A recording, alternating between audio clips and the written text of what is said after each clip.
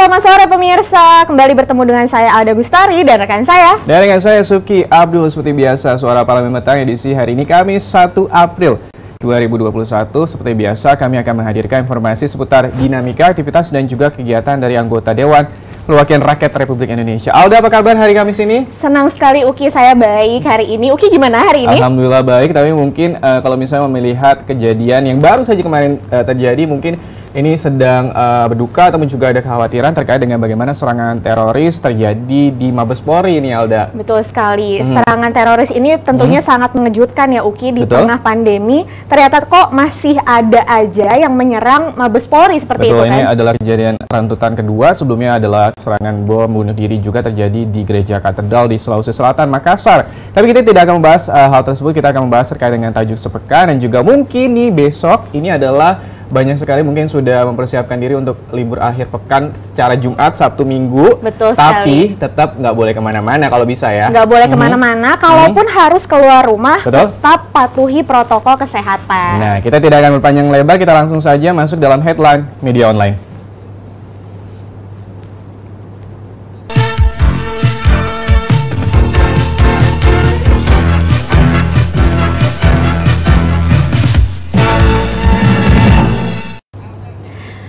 Pemirsa, berita pertama datang dari Kompas.com yang membahas mengenai Mahfud MD dan BNPT pernah ingatkan ancaman teroris milenial yang jumlahnya ribuan.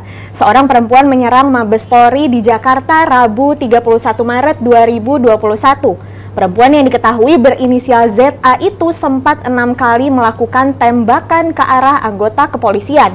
Ia kemudian mendapatkan tindakan tegas dari pihak kepolisian dan dilumpuhkan dari jarak jauh. Dan ia pun tewas di lokasi kejadian.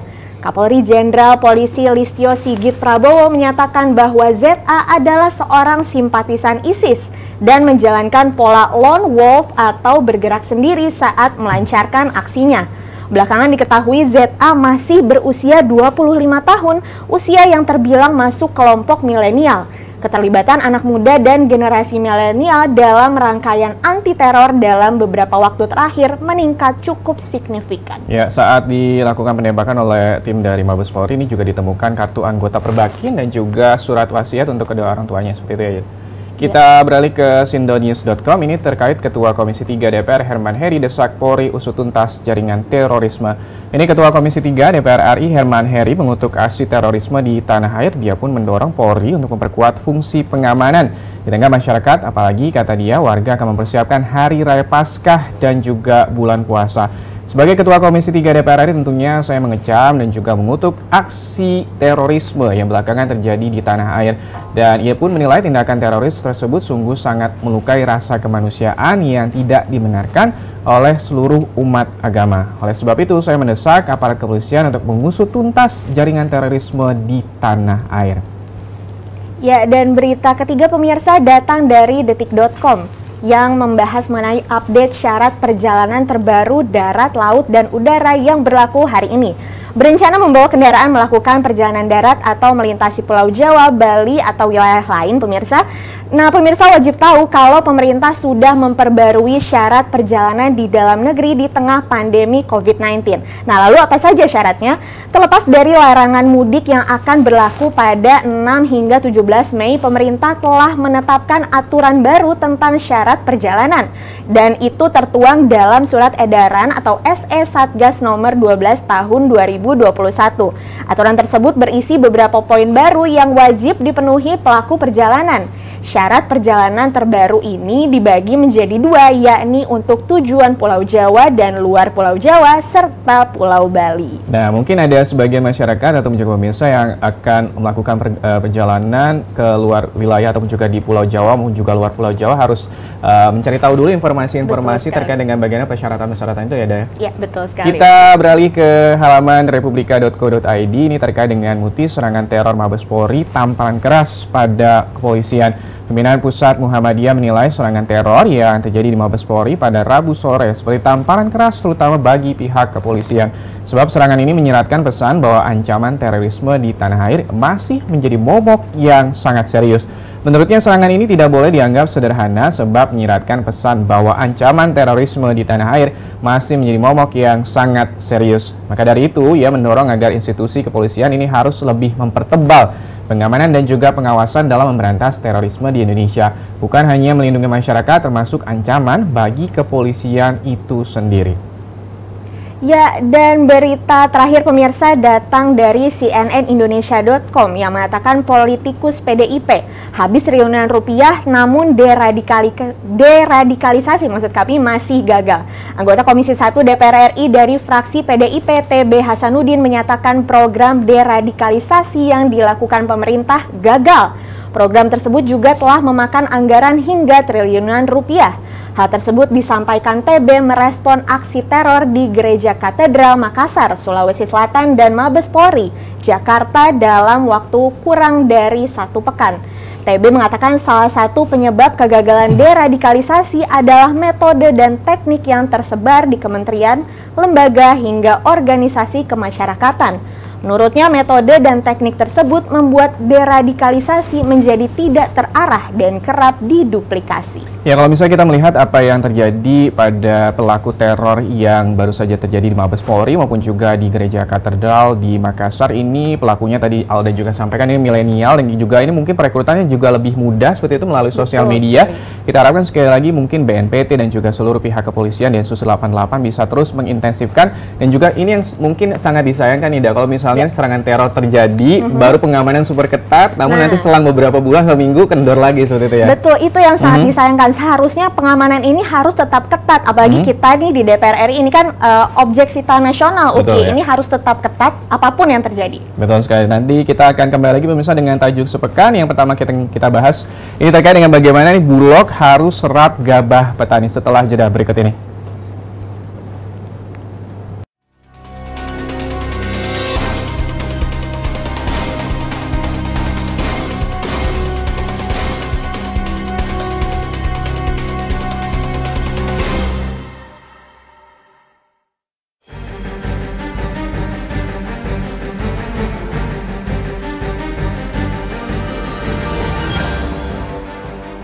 Bulog harus serap gabah petani.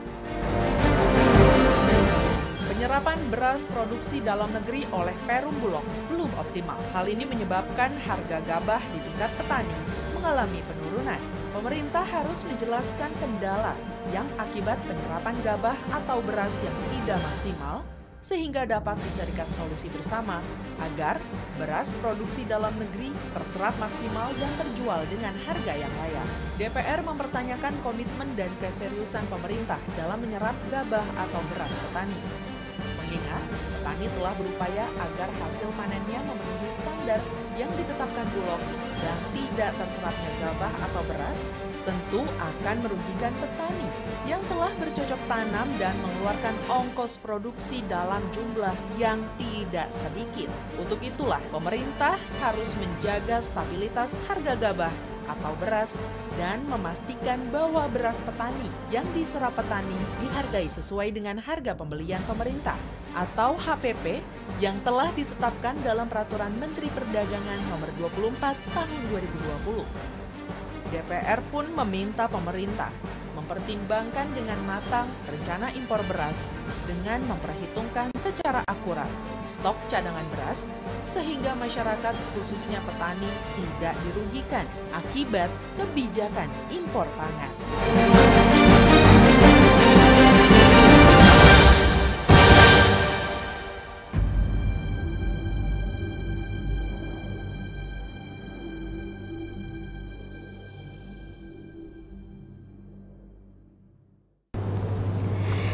Ya pemirsa, terima kasih masih bersama kami di Suara Parlemen. Nah, kalau tadi kita sudah membawakan headline media online, sekarang kita beralih ke tajuk sepekan yang sudah dibahas di DPR RI selama seminggu belakangan ini. Dan tajuk yang akan pertama kita bahas ini terkait dengan bagaimana Bulog harus serap gabah petani.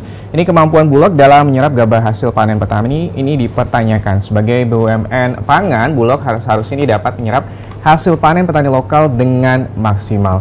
Harga di sejumlah daerah seperti Indramayu cenderung mengalami penurunan antara 3.000 hingga 3.500 per kilogramnya, jauh di bawah harga pembelian yang ditetapkan pemerintah atau HPP.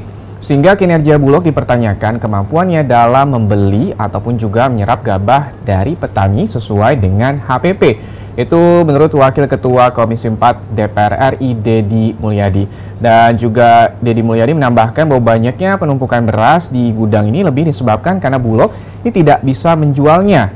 Prinsip dasarnya selain tidak mampu membeli, Bulog ternyata juga tidak mampu menjual berasnya. Ia menyebabkan terjadinya penumpukan beras di gudang hasil pembelian pada tahun 2018.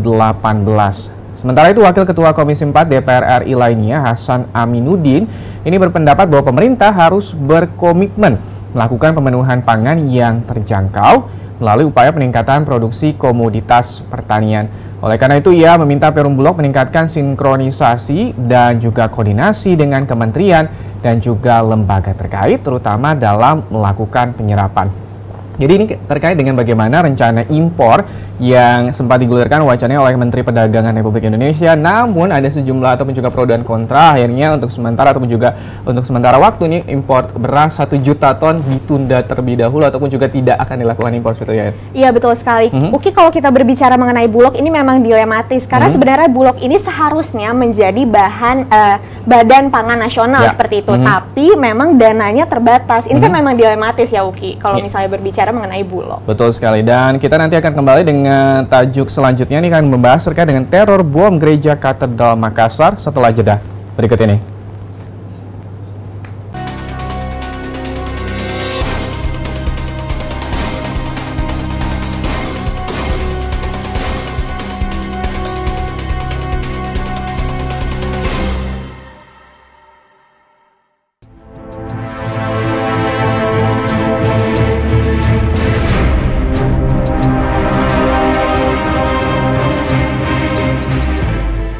Bom Makassar.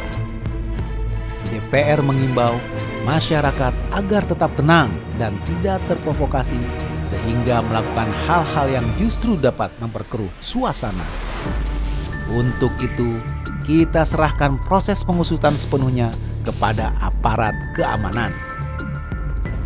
DPR juga mengecam segala bentuk dan tindak kekerasan, termasuk di dalamnya perilaku menyerang pihak-pihak yang dianggap memiliki perbedaan.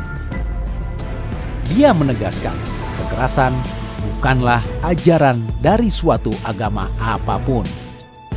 Karena setiap agama mengajarkan kepada kita cinta kasih antar sesama. Terlebih, Islam sebagai agama menganjurkan nilai-nilai toleransi dalam beragama dan menebarkan perdamaian.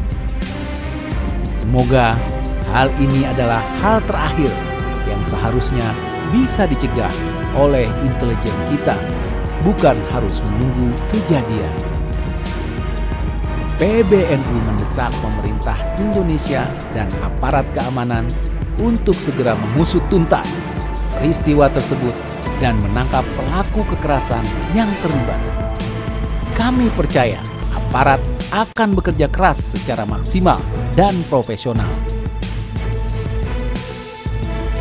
PBNU juga mengajak segenap pemuka agama agar proaktif dalam mengampanyekan gerakan melawan ekstremisme dan radikalisme.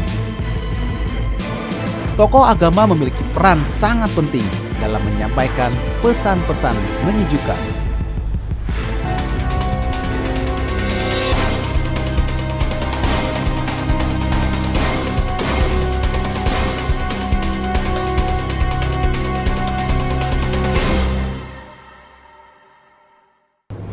Ya, dan pemirsa, tajuk kedua edisi Selasa 30 Maret 2021 yang membahas mengenai teror bom gereja Katedral Makassar.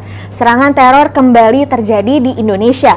Sebuah teror bom bunuh diri tersebut terjadi di gereja Katedral Makassar pada hari Minggu yang mengakibatkan 14 jamaat gereja luka-luka dan dilarikan ke rumah sakit. Namun tidak menimbulkan korban jiwa selain pelaku bom bunuh diri itu sendiri. Teror tersebut seakan-akan menjadi bukti bahwa penandatanganan Peraturan Presiden Nomor 7 Tahun 2021 tentang Rencana Aksi Nasional Pencegahan dan Penanggulangan Ekstremisme Berbasis Kekerasan yang mengarah pada terorisme atau RAN-PE merupakan langkah yang tepat untuk diambil oleh pemerintah dan sangat diperlukan oleh masyarakat. Wakil Ketua DPR RI Abdul Muhaimin Iskandar atau Gus Ami menyampaikan aparat keamanan Polri dan TNI untuk terus bahu-membahu bergerak cepat, mengintersep, menangkap dan mengikis habis jaringan dan dalang di balik bom bunuh diri Makassar tersebut, dan menunjukkan bahwa keamanan nasional dan ketertiban umum di Indonesia tidak akan terpengaruh oleh ulah biadab bom bunuh diri seperti itu. DPR RI berharap agar persatuan dan kesatuan Indonesia dapat terus terjaga dan hal-hal seperti ini tidak terulang kembali di kemudian hari. Dan semoga kita dapat segera pulih dan tidak terpengaruh terhadap tindakan-tindakan yang bertujuan untuk memecah belah dan mengganggu kedaulatan negara Indonesia. Ini terkait dengan bagaimana bom bunuh diri yang terjadi di wilayah gereja katedral di Makassar, Sulawesi Selatan. Kita harapkan sekali lagi juga bahwa masyarakat untuk bisa menahan diri juga terkait dengan bagaimana menyebarkan informasi-informasi terkait dengan muka dari pelaku, dan kita harapkan sekali lagi bahwa juga Presiden menyatakan bahwa sebenarnya terorisme ini tidak ada agama yang seperti itu ya, bahwa tidak akan, ataupun juga ini kita berharap bahwa nantinya ini malah jadi bisa mempersatukan seluruh umat beragama di tanah air ya. Iya, dan tetap harus menjaga etika media ya Uki ketika menyebarluaskan informasi mengenai pengeboman seperti Betul itu. sekali. Kita masih akan kembali dengan satu tajuk terakhir terkait dengan ledakan kilang minyak Balongan. Jangan kemana-mana, tetap bersama kami dalam Suara Parlemen Petang.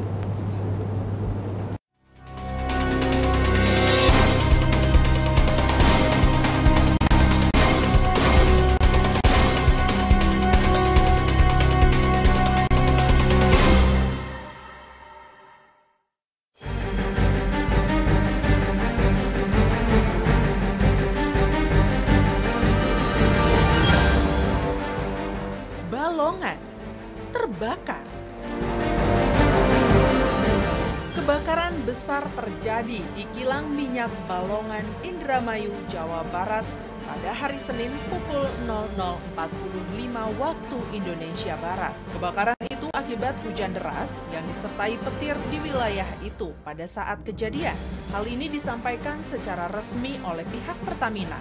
Meski demikian, penyebab pasti kebakaran masih harus dipastikan melalui penyelidikan lebih lanjut. Kebakaran terjadi saat hujan besar dan petir menyambar salah satu tangki P300G tersebut. Menanggapi peristiwa ini, kita melihat bahwa sebenarnya kebakaran kilang minyak milik Pertamina bukan hanya sekali ini saja terjadi. Sebelumnya pada tahun 2019, petaka tumpahan minyak mentah dari operasi PT Pertamina Hulu Energi terjadi di lepas pantai Karawang, Jawa Barat. Kejadian tersebut telah menghancurkan kehidupan perekonomian masyarakat dan ekosistem darat serta perairan sekitar. Tidak hanya itu, kebakaran juga pernah terjadi di kilang Pertamina di Balikpapan. Akibat dari kebakaran di kilang minyak Balongan ini, ada sekitar 15 orang yang mengalami luka ringan, 4 orang mengalami luka bakar, dan langsung dirujuk oleh perawatan intensif di RSUD Indramayu. Sementara itu, ratusan orang dibawa ke 3 titik lokasi pengungsian, yakni Gor Kompleks Perum Pertamina Bumi Patra, pendopo kantor Bupati Indramayu, dan Gedung Islamic Center Indramayu. Adapun kerugian material akibat ledakan yakni 3 unit tank produk premium yang terbakar. DPR meminta pemerintah untuk melakukan evaluasi atas ketergantungan energi ekstraktif untuk menanggapi insiden yang meresahkan warga di sekitar kejadian. Karena kejadian terbakarnya kilang Balongan ini pertanda rapuh dan berbahayanya energi ekstraktif.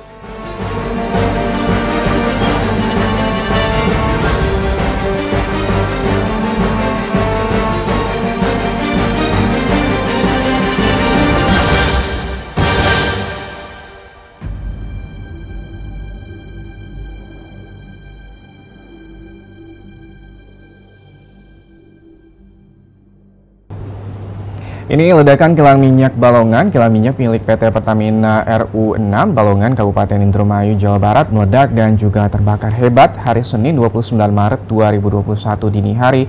Ini pada sekitar pukul 01 waktu Indonesia Barat. Dan dapat terlihat dari radius 5 km dari tempat kejadian yang disinyalir disebabkan oleh adanya rembesan atau kebocoran di pipa tangki yang terbakar yang kemudian diduga memicu ledakan dan juga kebakaran. Anggota Komisi 7 DPR RI Rofik Hananto mendorong agar segera dibentuk tim investigasi yang mendalam untuk mengetahui penyebab kebakaran tersebut. Selain itu, PT Pertamina juga diharapkan dapat tetap menjaga pasokan BBM di Banten, DKI, dan juga sebagian wilayah Jawa Barat. Dan sementara itu, anggota Komisi 7 DPR RI lainnya Nur Hasan Zaidi menyatakan bahwa peristiwa kebakaran di kilang minyak Balongan merupakan momentum yang tepat untuk melakukan audit menyeluruh atas seluruh kinerja kilang minyak yang ada. Sementara itu, Direktur Utama PT Pertamina Nike Widiawati meminta masyarakat untuk tetap tenang dan tidak melakukan panik buying akibat insiden kebakaran kilang Balongan Pertamina, karena stok bahan bakar saat ini masih cukup untuk memenuhi kebutuhan di dalam negeri. Dan karena Pertamina telah mengoptimalkan kilang-kilang minyak lainnya dan juga menyalurkan langsung ke daerah yang selama ini disuplai kilang minyak Balongan. Ya, Uki, kalau misalnya kita berbicara mengenai ledakan di kilang minyak Balongan ini, ini yang pasti menjadi titik berat adalah dampak lingkungannya. Ini kan berbahaya sekali bagi lingkungannya, karena kan tumpahan minyak sendiri kalau misalnya kita lihat memang beracun ya untuk ekosistem seperti itu. Ya, dan kalau misalnya juga melihat terkait dengan bagaimana proses pemadaman api di kilang minyak Balongan ini juga masih terus berlangsung, dan juga kita berharap nih bahwa PT Pertamina juga bertanggung jawab kepada masyarakat sekitar yang juga mungkin terkena dampaknya, karena kalau misalnya juga melihat atau juga mendengarkan dari para warga setempat yang tinggal di sana nih seperti ledakan bom seperti itu ya, dan juga pastinya ada hal-hal yang mungkin dirasakan oleh masyarakat setempat untuk nantinya bisa Pertamina melakukan ganti rugi seperti itu ya, Dan. Iya, dan yang kita harapkan adalah tentunya pasokan minyak Pertamina ini tetap aman sampai beberapa hari ke depan. Ya, kita harapkan seperti itu. Dan pemirsa nih, kita harus mengakhiri Suara Parlemen Petang edisi di awal April 2021 ini. Dan pastinya saya Suki Abdo dan juga rekan saya Alda Gustari beserta seluruh kerabat kerja yang bertugas pada hari ini mengucapkan terima kasih atas perhatian Anda. Selamat berakhir pekan dan sampai jumpa.